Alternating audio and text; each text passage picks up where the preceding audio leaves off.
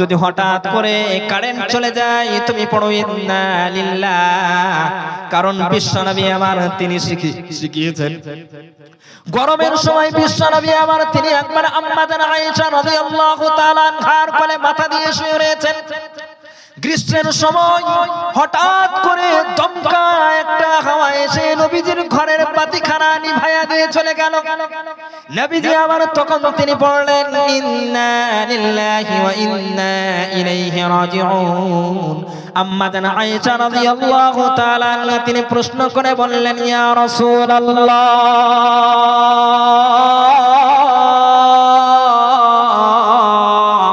নবী গো বাতিখানা নিভে গেল আর আপনি পড়লেন ইন্না লিল্লাহি ওয়া ইন্না ইলাইহি রাজিউন। ইয়া রাসূলুল্লাহ আমি তো সামান্যতম কয়েক মিনিটের ব্যবধানে বাতিখানা জ্বালায়া দিতে পারি গো নবী, আপনি কিসের জন্য পড়লেন ইন্না লিল্লাহ? বিশ্বনবী আমার তখন তিনি বললেন শোনো রে শোনো আয়েশা,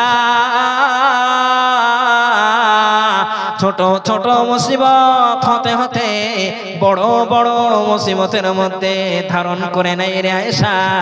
কারণ এই যে হঠাৎ করে কারেন্ট চলে যাওয়া, হঠাৎ করে অন্ধকার চলে আসা, এটা এক ধরনের বিপদ। কি বিপদ নয় বলে? কি গো বিপদ নয়? বিশ্বনবী আমার তাই তিনি বলছেন ওহে আয়েশা তুমি শোনো শোনো, চাই ছোট মুসিবত হোক, ছোট বিপদ হোক, ছোট বালা হোক, সব সময় ভরসা করে দিতে হবে, ন্যস্ত করে দিতে হবে একজনের দরবারে। তিনি হচ্ছেন কে? তিনি হচ্ছেন আল্লাহ। নবীজি আমার তাই তিনি বললেন এবার যে ইন্না লিল্লাহি ওয়া ইন্না ইলাইহি রাজিউনের অর্থটা শোনেন।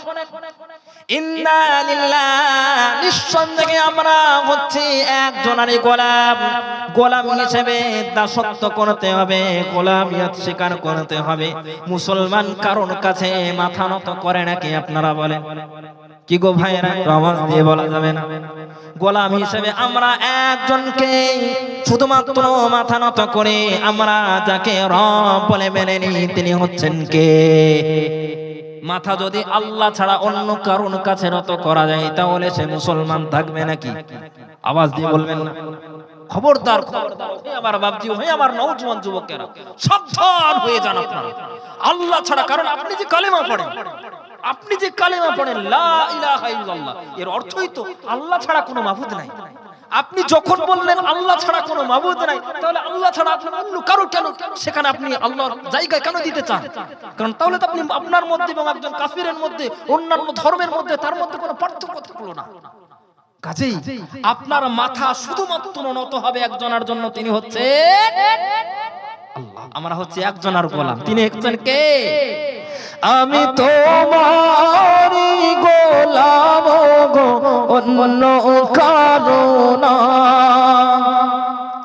আমি তোমারই গোলাম গো অন্য কারো না।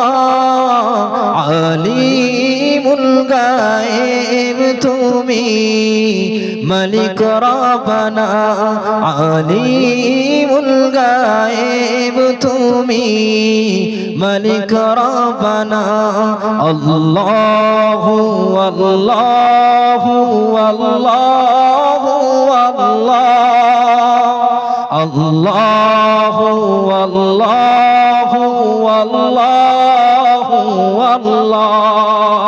তুমি আসমানে থাকো প্রভু, আমি জমিনে, তবু তোমারি প্রেম জমে হৃদয় গহীনে। তুমি আসমানে থাকো প্রভু, আমি জমিনে, তবু তোমারি প্রেম জমে হৃদয় গহীনে। আমি তোমারি গোলাম গো অন্য কারো না, আমি তোমারি গোলাম গো অন্য কারো না। আলিমুল গায়েব তুমি মালিক রব্বানা। নারে তাকবীর। কি গো বাপজি আপনাদের ঘুম আসছে নাকি গো? আর নারায়ে তাকবীর আল্লাহর নামে ধ্বনি দেবেন, শব্দ হচ্ছে না কেন? একটু জোরে বলুন নারায়ে তাকবীর। প্রিয় বাপজিরা আমার, নবীজি আমার তিনি বললেন, ওহে গোটা দুনিয়ার মানুষ, এই পৃথিবীতে আমাদের কোনো অস্তিত্ব ছিল না। On this earth we have no existence. এই পৃথিবীতে কারোর চিহ্ন ছিল না আমাদের। The one who created us is Allah. তোমাদেরকে যিনি সৃষ্টি করেছেন তিনি হচ্ছেন আল্লাহ। আমরা পৃথিবীতে চিরদিন থাকার জন্য আসি নাই গো, কথাটা বলছিলাম। চিরদিন থাকার জন্য আসি নাই, একদিন আমাদেরকে আল্লাহর ডাকের সাড়া দিয়ে চলে যেতে হবে না? হবে না? হবে। one day we all have to return to Allah. তাই নবীজি আমার তিনি বলছেন, ইন্না লিল্লাহি ওয়া ইন্না ইলাইহি রাজিউন। নিঃসন্দেহে আমরা হচ্ছি আল্লাহ পাকের গোলাম। আর একদিন যখন আল্লাহ রাব্বুল আলামিনের ডাক আমাদের কান পর্যন্ত চলে আসবে, যখন মালাকুল মউত আপনার দরজার সামনে, আপনার চোখের সামনে দাঁড়িয়ে যাবে, তখন আপনি হাজারো কাকুতি মিনতিও যদি করেন, আপনি যদি বলেন হে মালাকুল মউত আজরাইল, আমি যে এই কেবলমাত্র ঘরখানা তৈরি করেছি, এখনো ঘরের ছাদ দিই নাই, ঘরের ছাদটা দিয়ে দিই, তখন তুমি দ্বিতীয়বার আসো। মালাকুল মউত কথা শুনবে কি গো ভাই? শুনবে। আপনি যদি মালাকুল মউত আজরাইলের সামনে যদি বলেন, ওহে মালাকুল মউত, আমার কেবলমাত্র দুইটা সন্তান, বিয়ের ডেট ঠিক হয়ে গেছে, সন্তানদের বিয়ে হবে, বিয়েটা খাই, তারপরে তুমি এসো, কথা শুনবে গো? কখনো শোনা যাবে না। অতএব আল্লাহ রাব্বুল আলামিন তিনি বলছেন, নবীজি আমার তিনি শিখাইয়া দিয়েছেন, তোমার কোনো অস্তিত্ব ছিল না, অস্তিত্ব যিনি দিয়েছেন তিনি হচ্ছেন আল্লাহ। তারপরে তোমাকে যিনি সৃষ্টি করেছেন তিনি হচ্ছেন আল্লাহ। একদিন তোমাকে এই দুনিয়ার বাড়ি গাড়ি টাকা পয়সা জায়গা জমি, এই দুনিয়ার বালাখানা সুন্দর মার্বেল লাগানো টাইলস লাগানো বাড়ি, যখন তোমার নিঃশ্বাস শেষ হয়ে যাবে, নিঃশ্বাস যখন শেষ হয়ে যাবে, বন্ধ হয়ে যাবে, তখন কয়েক ঘন্টার ব্যবধানে তোমাকে মাটির ভিতরেই দাফন করে দেবে। কি গো ভাই, দাফন করবে না? তাই নবীজি আমার তিনি বলছেন, একদিন পৃথিবী ছেড়ে তোমাকে চলে যেতে হবে। ওহে আমার বাপজিরা, আমার সোনার লালেরা, এবার আপনারা বলেন, আমরা যখন মানুষ, যখন আমরা দুনিয়া ছেড়ে মরে যাব, কেউ তো চিরদিন থাকার জন্য আসি নাই। আমাদের সকলকে মৃত্যুবরণ করতে হবে। চাই আপনি কোটিপতি মানুষ হন না কেন, বড় বড় ডাক্তার হয়ে যান না কেন, বড় মাস্টার হয়ে যান না কেন, আপনাকে দুনিয়ার মায়াজাল থেকে আপনাকে ফিরে চলে যেতে হবে। যখন আপনি দুনিয়া ছেড়ে চলে যাবেন, তখন মনে হয়, আমরা যখন মরে যাব, তখনই মনে হয় আমাদের সব কিছু, আমরা সব ঠিক হয়ে যাবে। মরে গেলেই মনে হয় সব ঠিক হয়ে যাবে, মরার সাথে সাথে এই জান্নাত পেয়ে যাবে। এরকমটা নাকি? এরকম নাকি? মরে গেলে আর কোনো চিন্তা নাই, এরকমটা নাকি গো ভাই বাবজি? মরে গেলেই শেষ, মানে শেষ, মানে আর কোনো আমাদের চিন্তা নাই, টেনশন নাই, আর কোনো চিন্তা ভাবনা করা লাগবে না। না না, খবরদার খবরদার। বরং যখনই আপনি মরবেন, মরার জগতে যখনই আল্লাহ পাক আপনাকে দুনিয়া থেকে নিয়ে নেবেন, নেওয়ার সাথে সাথে তো আমি তো খেল বাকি है। কথা বুঝতে পারেননি? আসল খেলা তো এবার শুরু, খেলা তো এবার হবে। ওহে আমার বাপজি, আপনি সেই যতই দাপটওয়ালা নেতা হন, আপনার চাইতে কত বড় বড় দাপটওয়ালা ব্যক্তি, কত বড় বড় নেতা, কত বড় বড় বাদশা আসলো আর গেল। ফেরাউন পৃথিবীতে আসেনি গো বাপজি? এসেছেন আসে নাই? এসেছে। নমরুদ এসেছেন আসে নাই? গোটা বিশ্বের আল্লাহ পাক 4 জনকে গোটা বিশ্বের রাজা বানিয়েছেন। কয়জনকে? তার মধ্যে একজন হচ্ছে নমরুদ, গোটা বিশ্বের রাজা ছিল। ওই নমরুদকেও দুনিয়া ছেড়ে চলে যেতে হয়েছে না হয়নি? যেতে হয়েছে। এবং তার চাইতেও আরেকজন যিনি বাদশা ছিলেন, তিনি হচ্ছেন 4 জনের মধ্যে 2 জন কাফের, একজন হচ্ছে নমরুদ, আরেকজন হচ্ছে বুখতে নসর, আর 2 জন মুসলিম, একজন হচ্ছে বাদশা যুলকারনাইন, যার কথা আল্লাহ পাক কোরআনুল কারীমের মধ্যে পারা নম্বর 16 পৃষ্ঠা নম্বর 1 লাইন নম্বর 15 সূরার নাম আপনার সূরা কাহফ, কাহফের মধ্যে তিনি বলেছেন, ওয়াসআলুনাকা আন যিল কারনাইন, উনাকে গোটা দুনিয়ার রাজত্ব দিয়েছিলেন। নাম্বার 4 বাদশাহ সুলাইমান আলাইহিস সালাম, ইনি নবী ছিলেন। সুলাইমান আলাইহিস সালামকে গোটা দুনিয়ার রাজত্ব দিয়েছিলেন। একটু জোরে বলুন সুবহানাল্লাহ। শুধুমাত্র সুলাইমান আলাইহিস সালামকে দুনিয়ার রাজত্বই দিয়েছিলেন এরকমটাই নয়, বরং সুলাইমান আলাইহিস সালামকে মানুষের এবং জিনেদের প্রতিও ক্ষমতাও সুলাইমান আলাইহিস সালামকে আল্লাহ পাক দিয়েছিলেন। একটু জোরে বলুন সুবহানাল্লাহ।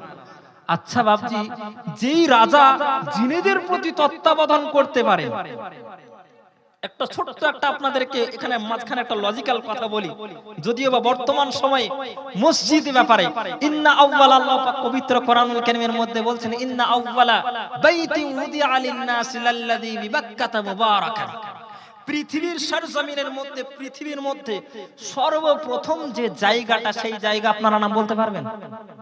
যে জায়গাটা আল্লাহ পাক তিনি তৈরি করেছেন সেই জায়গাটার নাম বলতে পারবেন গো বাবজি? কারোর জানা আছে? কোন বাবজি বলতে পারবেন? আল্লাহ, অসুবিধা নাই, আমি বলে দিচ্ছি। আপনারা মক্কা, জি মক্কার মধ্যে কাবা শরীফ, কাবা শরীফ আপনারা নাম শুনেছেন না শুনেন নাই? মুখ কোন দিকে মুখ করে নামাজ পড়েন আপনারা? পশ্চিম দিকে। পশ্চিম দিকে কেন মুখ করে নামাজ পড়া হয়? কারণ পশ্চিম দিকে আমাদের কাবা আছে। যারা কাবার ওই দিকে যারা আছে তারা কিন্তু আবার পূর্বের দিক দিয়ে মুখ করে নামাজ পড়ে। কাবার যারা এই সাইডে আছে তারা আবার এইদিকে উত্তরের দিকে মুখ করে নামাজ পড়ে। ওই দিকে যারা আছে তারা আবার এইদিকে মুখ করে নামাজ পড়ে।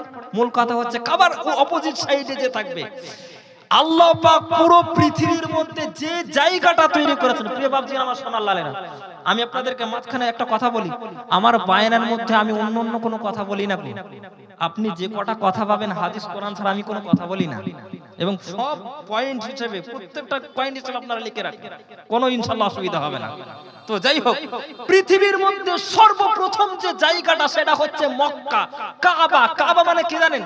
ওইটা উঁচু জায়গা। কাবুল কথাটা হচ্ছে উবড়ি হুই হাড্ডি।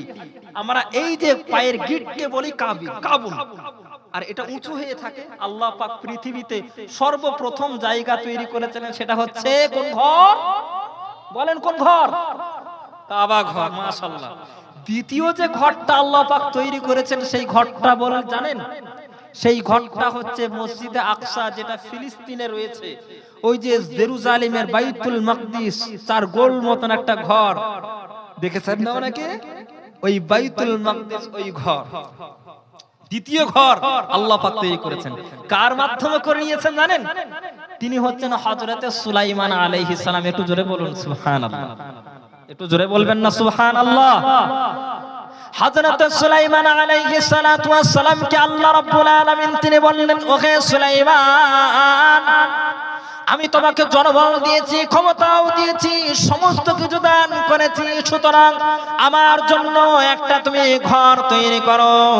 সাইয়্যিদিনা সুলাইমান আলাইহিস সালাতু ওয়াস সালাম তিনি আল্লাহর জন্য ওই যে ঘর যেটা তিনি আগে আল্লাহ পাক তিনি তৈরি করেছিলেন, সেই ঘরের উপরে ভিত স্থাপন করতে শুরু করলেন।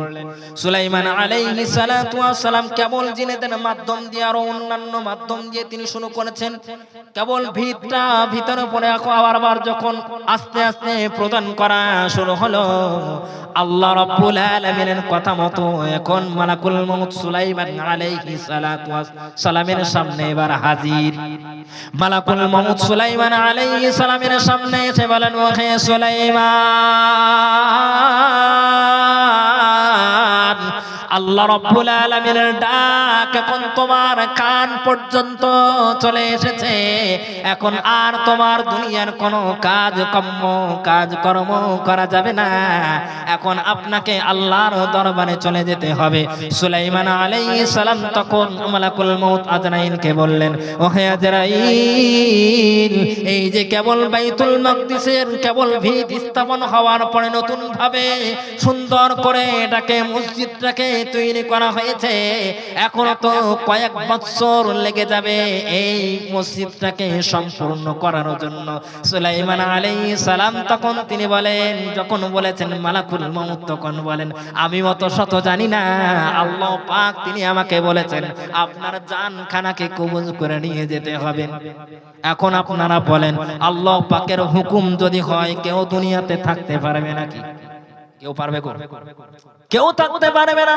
সুলাইমান আলাইহিস সালাতু ওয়াস সালাম আল্লাহর কাছে অ্যাপ্লাই করলেন, অ্যাপ্লিকেশন করলেন, ওগো আল্লাহ, আপনার কথা মতো আমি আপনার ঘর, আপনাকে খুশি করার জন্য তো আমি ঘর তৈরি করেছি, তৈরি করতে চলেছি, এখনো তো কেমন সম্পূর্ণ হয় নাই রে মাওলা।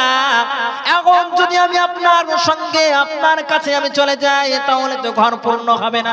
আল্লাহ রাব্বুল আলামিন তখন তিনি বলছেন, আমি রাব্বুল আলামিন আমি কোন জিনিসকে কখন কোন সময়ে কখন কোন অবস্থায় হবে, কোন জিনিসকে পূর্ণাঙ্গ হবে কোনটা অপূর্ণাঙ্গ হবে, এই বিষয়ে জানেন একজন, তিনি হচ্ছেন কে?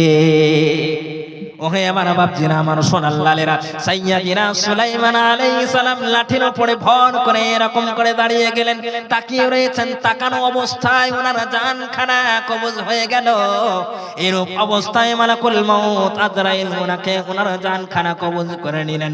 যে না কবজ করে নিয়েছেন, কবজ করার সাথে সাথে জিনারা দেখে সুলাইমান আলাইহিস সালাম তিনি দাঁড়িয়ে রয়েছেন, তাকিয়ে রয়েছেন। জিনারা মনে মনে ভাবেন আমাদের বাদশা, কারণ জিনেরা সুলাইমান আলাইহিস সালামকে ওই রূপ ভয় পেত যেমন আগুন মানুষকে জ্বালিয়ে দেয়, অত্যন্ত ভয় পেত। তারা মনে মনে ভাবতেন বাদশা তো দাঁড়িয়ে আছে, ওরা যেটা একদিনের কাজ 2 দিনের কাজ সেটা একদিনের মধ্যে কমপ্লিট করে দিয়েছে। অর্থাৎ ওই দাঁড়িয়ে আল্লাহ পাক সুলাইমান আলাইহিস সালামকে 100 বছর পর্যন্ত ওই রকম করে দাঁড় করিয়ে রেখেছেন। একটু জোরে বলুন সুবহানাল্লাহ, একটু আওয়াজ দিয়ে বলবেন না বাপজি সুবহানাল্লাহ। তো এখানে যে কথা বলার উদ্দেশ্য, আপনার নবীজি আমার তিনি বলছেন, ওহে গোটা দুনিয়ার মানুষ, আপনি দুনিয়ার যা কিছু করেন না কেন, আপনার যখন আয়ুর খাতা, রিজিকের খাতা, এই যে খাতা যখন বন্ধ হয়ে যাবে, আপনি চাইলে 1 সেকেন্ড আপনি সেখানে থাকতে পারবেন। কারণ পৃথিবীতে no one knows the 5 types of knowledge except for one, and that is Allah। 5টা জিনিস সম্পর্কে কারোর জানা নাই, জানেন শুধুমাত্র একজন, তিনি হচ্ছেন আল্লাহ। তার মধ্যে একটা হচ্ছে ওয়ালা তামুতু বিআইয়ি আরদিন তামুত, আপনি কোন জমিনের উপরে মৃত্যুবরণ করবেন, কোন জায়গায় আপনার মৃত্যু হবে, এটা দুনিয়ার কোন মানুষ জানে? কোন জমিনের মাটি আমার হবে গোরস্থান, কোন জমিনের মাটি আমার হবে গোরস্থান, কাদের চোখের জলে আমি, কাদের চোখের জলে আমি পাবো পরিত্রাণ, কোন জমিনের মাটি আমার হবে গোরস্থান, কারা আমায় গোসল দেবেন, কে আনিবে কাফন, কারা আমায় গোসল দেবেন, কে আনিবে কাফন, কারা আমায় কেঁদে কেঁদে করে দেবে দাফন, কারা আমায় গোসল দেবেন, কে আনিবে কাফন, কারা আমায় কেঁদে কেঁদে করে দেবে দাফন, কাদের চোখের জলে আমি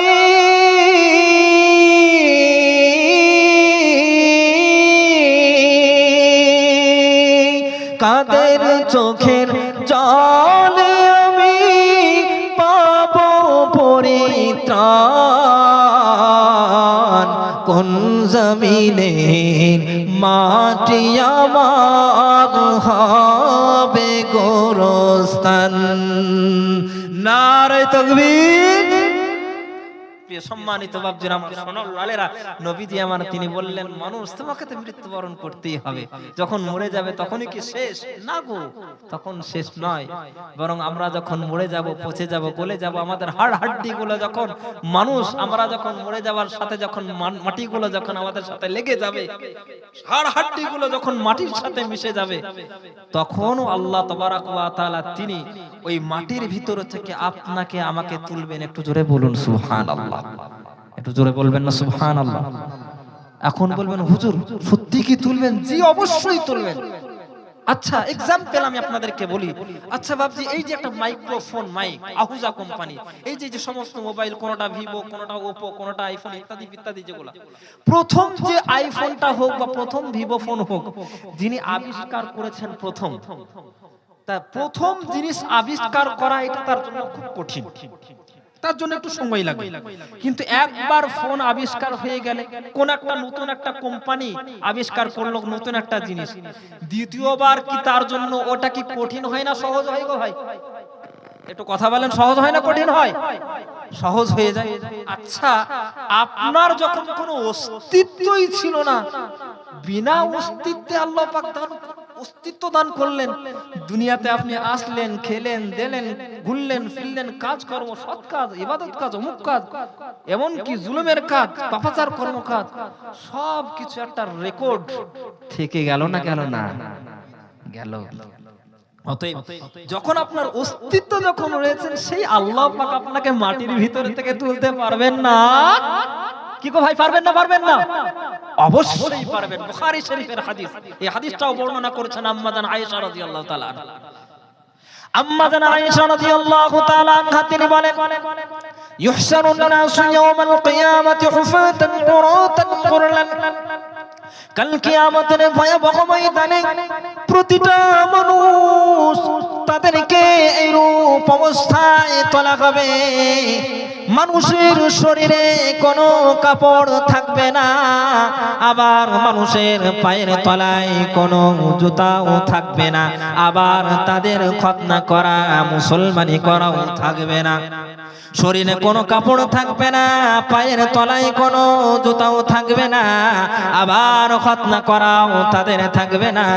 এরূপ অবস্থা, অর্থাৎ উলঙ্গ অবস্থা, বস্ত্রহীন অবস্থা, মানুষকে নাঙ্গা অবস্থায় তাদেরকে তোলা হবে।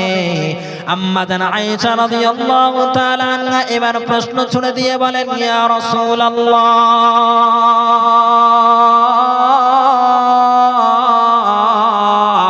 নবী গো, النساء والرجال الرجال والنساء جميعا ينظر بعضهم إلى بعض। সমস্ত পুরুষদেরকে এবং সমস্ত মহিলাদেরকে যদি উলঙ্গ অবস্থায় তোলা হয়, তাহলে পুরুষেরা নারীদের দিকে আর নারীরা পুরুষদের দিকে তাকাতে থাকবে গো নবী। একজন অপরজনের দিকে তাকাতে থাকবে, চাইতে থাকবে, কারণ শরীরে তো কোনো কাপড় চোপড় তো থাকবে না। নবীজি আবার তখন তিনি বললেন, ওহে আয়েশা,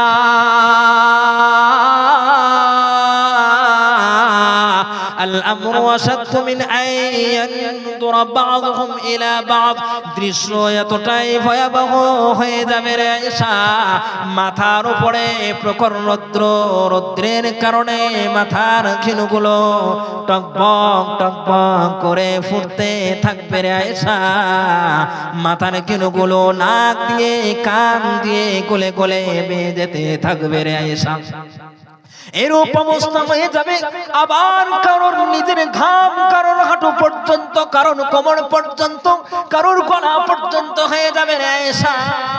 আবার কারোর অবস্থা হয়ে যাবে, মানুষ পানি পানি পানি করে কাতরাতে কাতরাতে তার নিজের অঙ্গ প্রত্যঙ্গের, তার নিজের হাতের আঙুল প্রথম, দ্বিতীয়, তৃতীয়, চতুর্থ, পঞ্চম, ষষ্ঠম, সপ্তম, অষ্টম, নবম, দশম, 10টা আঙুল গুলা চিবিয়ে ফেলবে রে আয়েশা।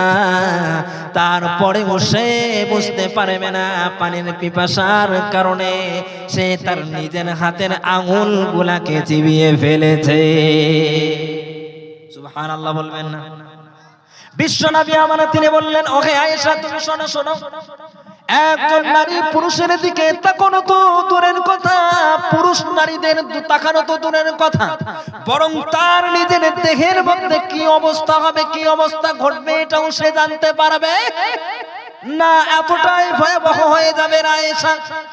বিশ্বনবী আমার যখন তিনি এরকম কথা যখন তিনি সাহাবাদের সামনে বলেছিলেন, সাহাবায়ে কেরাম রাদিয়াল্লাহু তাআলা আনহুম তখন তিনি বলছেন, ইয়া রাসূলুল্লাহ, ইয়া হাবিবাল্লাহ, কিয়ামতের ভয়াবহ ময়দানে যদি এইরকম হয়, মানুষ পানি পানি করে তার যদি কলিজাখানা চৌচির্ণ হয়ে যায়, আল্লাহ রাব্বুল আলামিন তিনি কি আমাদের জন্য কোনো আমানত শেষ নবীর উম্মত, ওগো আল্লাহর নবী, আপনার জন্য তো মহান রব্বুল আলামিন তিনি অনেক ওয়াফার দান করেছেন, অনেক ফজিলত দিয়েছেন, অনেক আত্মমর্যাদা দান করেছেন। ওই ভয়াবহ মহা কঠিনতম দিনে, বিভীষিকাময় দিনে আল্লাহ রব্বুল আলামিন তিনি কি আমাদের জন্য অন্য কোন ব্যবস্থাপনা করে দেবেন না? নবীজি আমার তখন তিনি বলেছেন, অবশ্যই একটা ব্যবস্থাপনা করে দিবেন। বিশ্ব নবী আমার তিনি বললেন, কারণ সেই মহা কঠিনতম দিনে ওহে আমার সাহাবারা, তোমরা শোনো শোনো, তোমরা নিজের আমলকে, নিজের আখলাককে, নিজের জীবনকে, নিজের আদর্শকে তোমরা তৈরি করো।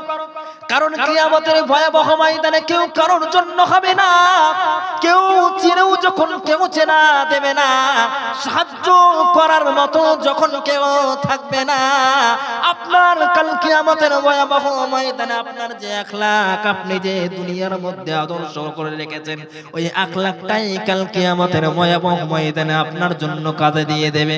একটু জোরে বলা যাবে না সুবহানাল্লাহ? কাল কিয়ামতের ভয়াবহ ময়দানে নবীজি আমার যখন তিনি বললেন, ওহে আমার সাহাবারা, কেউ চেনা দেবে না, সাহায্য করার মতো কেউ থাকবে না, এবং কেউ কারোর জন্য হবে না। নবীজিকে সাহাবাদের মধ্যে হতে একজন কাছের সাহাবা, নবীদের কাছের সাহাবা, নাম হচ্ছে হযরতে আনাস। নবীজির নিজের খাদিম ছিলেন উনি। প্রিয় সম্মানিত ভাইয়ের, এখানে একটা শিক্ষার বিষয় আছে, সেটা হচ্ছে এই, দেখুন, মানুষকে কেমন, পৃথিবীর কে কোন মানুষ কেমন জানতে হলে তার যে কাছের যারা রিলেটিভ, খুব কাছের, তাদেরকে জানতে হয়। কাছের ব্যক্তিদের মধ্যে হতে একজন যে ব্যক্তির যে খাদিম খেদমত করে থাকে। কথা বুঝতে পেরেছেন না? পারেন না? সর্বপ্রথম তার কাছে ওই ব্যক্তি হিসেবে কেমন, ওই ব্যক্তিটা ব্যক্তি হিসেবে কেমন, তার ব্যাপারে জানতে গেলে সর্বপ্রথম জানতে হবে তার নিজের স্ত্রীর কাছে। কার কাছে বললাম? কথা বুঝতে পারেননি মনে হচ্ছে। আপনি ব্যক্তি হিসেবে কেমন, আপনার জন্য সার্টিফিকেট যিনি দিতে পারেন আপনার স্ত্রী। আপনি বাবা হিসেবে কেমন, আপনার জন্য সার্টিফিকেট দিতে পারে আপনার নিজের সন্তানেরা। কথা বুঝতে পেরেছেন? আপনি সফরের সময়, যাতায়াতের ক্ষেত্রে আপনার ব্যবহার, আপনার আচর্য ইত্যাদি আদর্শ, কোন সময় কেমন আপনি কেমন ভাবে আদর্শ দেখান, এই বিষয়ে আপনাকে সার্টিফিকেট দেবে আপনার যিনি সহচর, বন্ধু, পাশের সঙ্গী তিনি। নবীজি সাল্লাল্লাহু আলাইহি ওয়াসাল্লামের যে কাছের সাহাবী, মানে যিনি 10 বছর খেদমত করেছেন, বুখারী শরীফের হাদিস, 10 বছর খেদমত করেছেন, নাম হচ্ছে আনাস রাদিয়াল্লাহু তাআলা আনহু। ওনাকে জিজ্ঞাসা করা হচ্ছে অন্যান্য সাহাবারা, আচ্ছা তুমি তো নবীজির কাছে কাছে থাকো, নবীজির এটা লাগে সেটা দাও, অমুক করো তমুক করো, আচ্ছা বলো নবীজির মানুষ হিসেবে তিনি কেমন? কথা বুঝতে পেরেছেন না? পারেন গো ভাই? কি কথা বুঝতে পারেন? ঘুমাচ্ছে নাকি আপনাদের? ঘুমাচ্ছে না তো? ঘুম আসলে বলবেন। তাহলে হুজুর আপনি কি ওষুধ দেবেন? না জি বাবজি, ওষুধ দেব না। অন্ততপক্ষে ঘুমটাকে, এই যে মূল শিক্ষার বিষয়ে যদি এই ঘুমটা আসে, তাহলে এটা কিন্তু আপনাকে মানে এক ধরনের শয়তানি উস্কাচ্ছে, এই জ্ঞান থেকে আপনাকে বহির্ভূত করার, অর্থাৎ আপনাকে বঞ্চিত করার। তো প্রিয় বাবজি আমার সোনার লালেরা, আনাস রাদিয়াল্লাহু তাআলা আনহুকে জিজ্ঞাসা করা হলো, আচ্ছা নবীজির খেদমত আপনি 10 বছর করেছেন, নবীজি মানুষ হিসেবে কেমন? নবীজি আপনি তো খেদমত করেছেন, উনি কেমন? আনাস রাদিয়াল্লাহু তাআলা আনহু তিনি বলছেন, খোদার কসম, ওই আল্লাহর কসম করে বলছি, আমি নবীজির 10 বছর খেদমত করেছি, নবীজি তিনি আমাকে একটি বারের তরে এই কথাটা বলেন নাই, ওহে আনাস এই কাজটা কেন করেছে, ওই কাজটা কেন করে নাই। একটু জোরে বলুন সুবহানাল্লাহ। সুবহানাল্লাহ। আরো একটা সবচেয়ে উনি সার্টিফিকেট দান করেছেন, কি জানেন? উনি বলছেন, হযরত আনাস রাদিয়াল্লাহু তাআলা আনহু তিনি বলছেন, ওহে আমার বন্ধুরা তোমরা শোনো শোনো, আমি বিশ্ব নবী রাসূলুল্লাহ সাল্লাল্লাহু আলাইহি ওয়াসাল্লামের খেদমত করেছি, আমি কখনো এরকম বুঝি নাই, কখনো আমি এরকমটাও ধারণা করতে পারি নাই আমি নবীজির খেদমত করেছি নাকি নবীজি আমার খেদমত করেছে। একটু জোরে বলবেন না সুবহানাল্লাহ। ছোট্ট বেলাকার একবার কথা, আনাস রাদিয়াল্লাহু তাআলা আনহু, তিনি একবার ছোট ছিলেন নবীজি আমার, তিনি একবার আনাস রাদিয়াল্লাহু তাআলা আনহুকে একটাবার জামা নিয়ে আসার জন্য হুকুম করেছিলেন। জামা, আনাস রাদিয়াল্লাহু তাআলা আনহু তিনি ছোট মানুষ, আস্তে আস্তে রাস্তার ধারে ছোটরা সব খেলাধুলা করে না ভাই, খেলাধুলা দেখে বাচ্চা মানুষ উনি কিন্তু দাঁড়িয়ে গেছেন, বাচ্চা অবস্থায় খেলা আনবো না মন, ওই রকম দাঁড়িয়ে গেছেন। নবীজি আমার তিনি অপেক্ষা করেছেন, আমি তো আনাসকে পাঠিয়েছি আবার নিজের জামা নিয়ে আসার জন্য। আনাস রাদিয়াল্লাহু তাআলা আনহু তিনি কিন্তু ভুলে গেছেন নবীজি তিনি আমাকে জামা নিয়ে আসতে পাঠিয়েছেন, কিন্তু ওনার মনে নাই। বিশ্বনবী আমার তিনি অপেক্ষায় করতে থাকেন, অপেক্ষা করার পরেও পরে নবীজি আমার তিনি গুটি গুটি পায়ে তিনি চলে আসছেন। আসার পরে ওই যে জায়গায় তিনি দেখেন আনাস রাদিয়াল্লাহু তাআলা আনহু বিশ্বনবীর খাদিম উনি দাঁড়িয়ে দাঁড়িয়ে খেলা দেখছেন। নবীজি আমার সেই জায়গায় আনাস রাদিয়াল্লাহু আনহুকে কোনো ধমক মারলাম না, ওই জায়গায় কোনো প্রতিক্রিয়াও দেখালেন না, ধমক মারলেন না, বরং আনাস রাদিয়াল্লাহু তাআলা আনহুর পেছনে এরকম করে দাঁড়িয়ে গেলেন। একটিবারও জিজ্ঞাসা করলেন না কি ব্যাপার তোমাকে তো জামা নিয়ে আসতে পাঠিয়েছি। উনিও খেলা দেখতে লাগলেন, পেছনে পেছনে দাঁড়িয়ে খেলা দেখতে লাগলেন।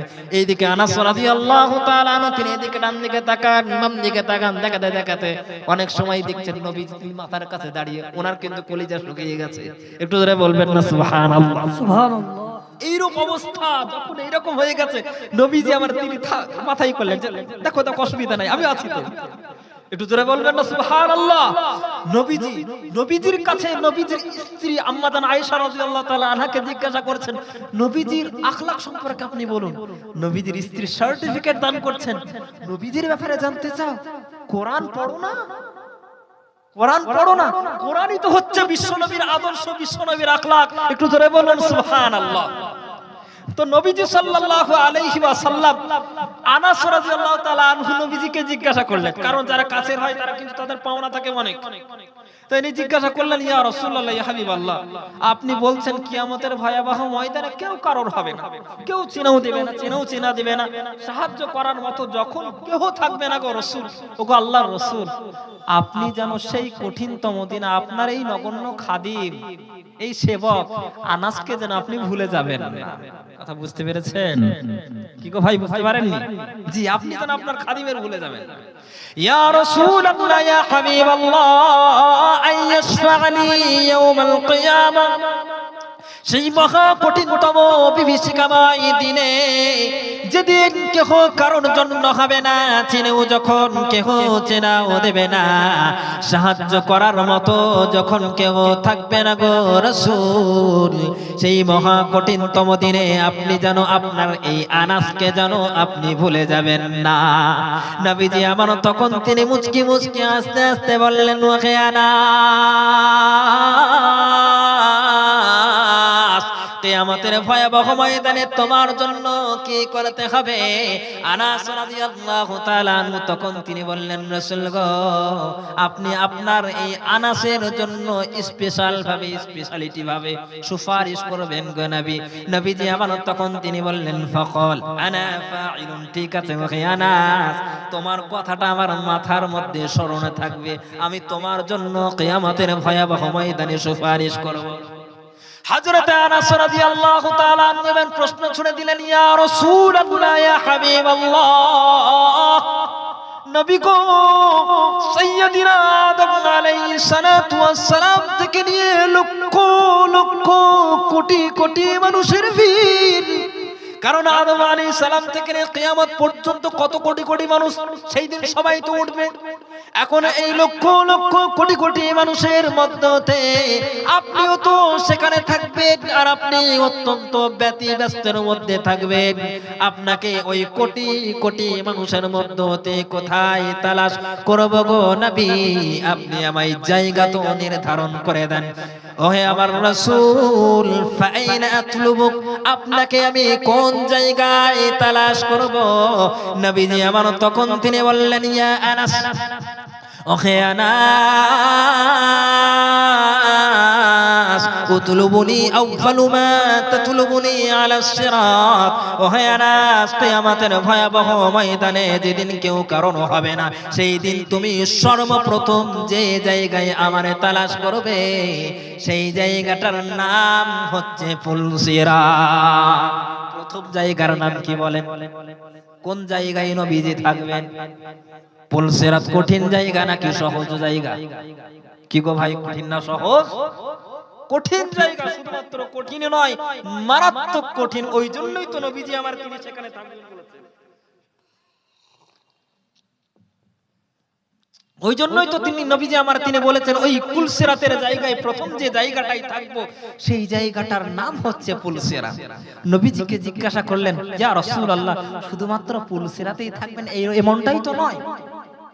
ইয়া রাসূলুল্লাহ, ইয়া হাবিবাল্লাহ, ফাইন লাম আলকাকা আলাস সিরাত, নবীকে যদি কিয়ামতের ভয়াবহ ময়দানে আপনার সঙ্গে আমার সাক্ষাৎ পুলসিরাত নামক জায়গায় যদি না হয়, তাহলে আমি আপনার সঙ্গে কোথায় তালাশ করব গো নবী? নবীজি আমার তখন তিনি বললেন, ওহে আনাস, পুলসিরাতের জায়গায় যদি তুমি আমারে খুঁজে না পাও, আত্তানি, 2 নম্বর যে জায়গাটায় তোমারে আমি নাম করে দিচ্ছি সেই জায়গাটার নাম হচ্ছে ইনদাল মিজান।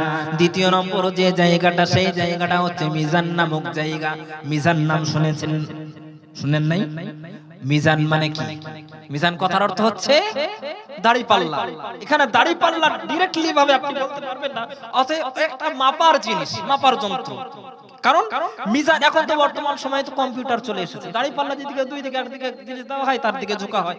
কিন্তু এখানে আল্লাহ তাবারক ওয়া তাআলা কাল কিয়ামতের ভয়াবহ ময়দানে সৎ কাজ মাপার, আপনি যে দুনিয়াতে এই যে সৎ কাজ করছেন, নামাজ পড়ছেন, রোজা করছেন, হজ করছেন, এই যে মসজিদের আপনার এই যে আপনার এখানে মাহফিলের মধ্যে হাদিস কোরআনের কথা শুনতে এসেছেন, বা কোনো কথা ভালো কথা নিজের জীবনে বাস্তবায়ন করবেন, এটা ভালো কাজ না মন্দ কাজ গো ভাই? তাহলে যখন ভালো কাজ, এর দরুন একটা ফলাফল, রেজাল্ট, একটা মূল্য। দুনিয়াতে আমি একটা কাজ করলাম, একদিনের কাজ করলাম, একটা আপনারা মূল্য দিলেন, 500 টাকা হোক, 1000 টাকা হোক, আপনি দিলেন। কিন্তু আখিরাতের জন্য আপনি যে ভালো কাজ করেছেন, এই ভালো কাজের মূল্য আল্লাহ পাক কিয়ামতের ময়দানে দেবেন। একটু জোরে বলুন সুবহানাল্লাহ। মূল্য শুধুমাত্র, ভালো করে মাথায় শুনেন, কান খুলে শুনে দেখেন, মূল্য শুধুমাত্রই যারা মুমিন মুসলিম তাদেরকেই দেওয়া হবে, অন্য কারো বলেন না, নাকি ভয় পাচ্ছেন? অন্য কারো দেওয়া হবে না। ওমাই ইয়াবতাগি গায়রাল ইসলামি দীনান ফালা ইকবালা মিন ওয়া হুয়া ফিল আখিরাতি মিনাল খাসিরিন। যারা ইসলাম ধর্ম থেকে ফিরে যাবে, ভালো করে শুনে রেখে দেন, যারা ইসলাম ধর্ম থেকে ফিরে যাবে তাদের কোনো ভালো কাজ আল্লাহ পাকের কাছে অ্যাকসেপ্ট হবে না। ওয়া হুয়া ফিল আখিরাতি মিনাল খাসিরিন, এবং তারা আখিরাতের মধ্যে ক্ষতিগ্রস্তের মধ্যে তারা শামিল হবে। অবশ্যই অবশ্যই। এবার আপনারা বলেন, হুজুর তাহলে তো অনেক দুনিয়ার মধ্যে তো অনেক মানুষ আছে, কোন বেধর্মী হোক বা অন্য কোন ভিন ধর্মী হোক, তারা তো ভালো কাজ করে। জি, ভালো কাজ করে, কিন্তু আল্লাহ তাবারক ওয়া তাআলা তাদেরকে, তাদের ভালো কাজ তাদেরকে কেমন করে পরিশোধ করেন এই বিষয়টা জানেন শুধুমাত্র একজন, তিনি হচ্ছেন আল্লাহ। একটা ছোট্ট একটা এক্সাম্পল দিই, যেমন ভাবে সাইয়্যিদনা মুসা আলাইহিস সালাম, নাম শুনেছেন আপনারা? অত্যন্ত জলিলুল কদর নবী ছিলেন। উনি কিন্তু আল্লাহ পাককে প্রশ্ন করতেন, এমন এমন প্রশ্ন যে প্রশ্নের ব্যাপারে আল্লাহ পাক স্বয়ং উনি বলতেন, ওহে মুসা, যার কারণে আল্লাহ পাক মুসার নাম দিয়েছেন কালিমুল্লাহ। কি নাম দিয়েছিলেন? কালিম। কথার অর্থ উনি আল্লাহর সঙ্গে অত্যন্ত বেশি করে কথা বলতেন, যে আল্লাহ এটা কেন হলো, ও আল্লাহ এটা কেন হলো, এটা তুমি কেন বললে না? আল্লাহ পাক বলতেন, একবার আজীব প্রশ্ন করেছিল, গো আল্লাহ, এই দুনিয়ার মানুষ সবকিছু আমরা দিনের বেলায় কাজ করি, আমাদের কাজ করার পরে শরীরে একটু আরামের দরকার, তা দিনের বেলা কাজ করার পরে ঘুমায়, ও গো আল্লাহ, এই আসমান জমিনের মালিক তো সব আপনি। আল্লাহ বলছেন, নিশ্চিত, কেন তোমার বিষয়টা অবশ্যই হয়। আল্লাহ পাকে বলছেন, ওগো আল্লাহ, এত কিছু পরিচালনা করেন আপনি, ওগো আল্লাহ, আপনার কি ঘুম পাই না? কথা বুঝতে পেরেছেন না পারেন নাই? আল্লাহকে বলছিল গো আল্লাহ আপনার কি ঘুম পায় না? আল্লাহ পাক বলছেন হে মুসা তুমি জানতে চাও, হাতে নাও গ্লাস, ধরো তুমি পথ, নিয়ে আসো জল, দেখবে ফলাফল। হাতে গ্লাস নাও, অমুক নদীর তীরে পানি নিয়ে আসতে যাও, হেঁটে হেঁটে যাও, একবারে মরুভূমি এলাকা কয়েক মাইল দূরে হেঁটে হেঁটে পানি নিয়ে আসতে গেলেন, ক্লান্ত হয়ে গেলেন, মরুভূমি এলাকায় চলাচল করা খুব কষ্ট ভাবছি।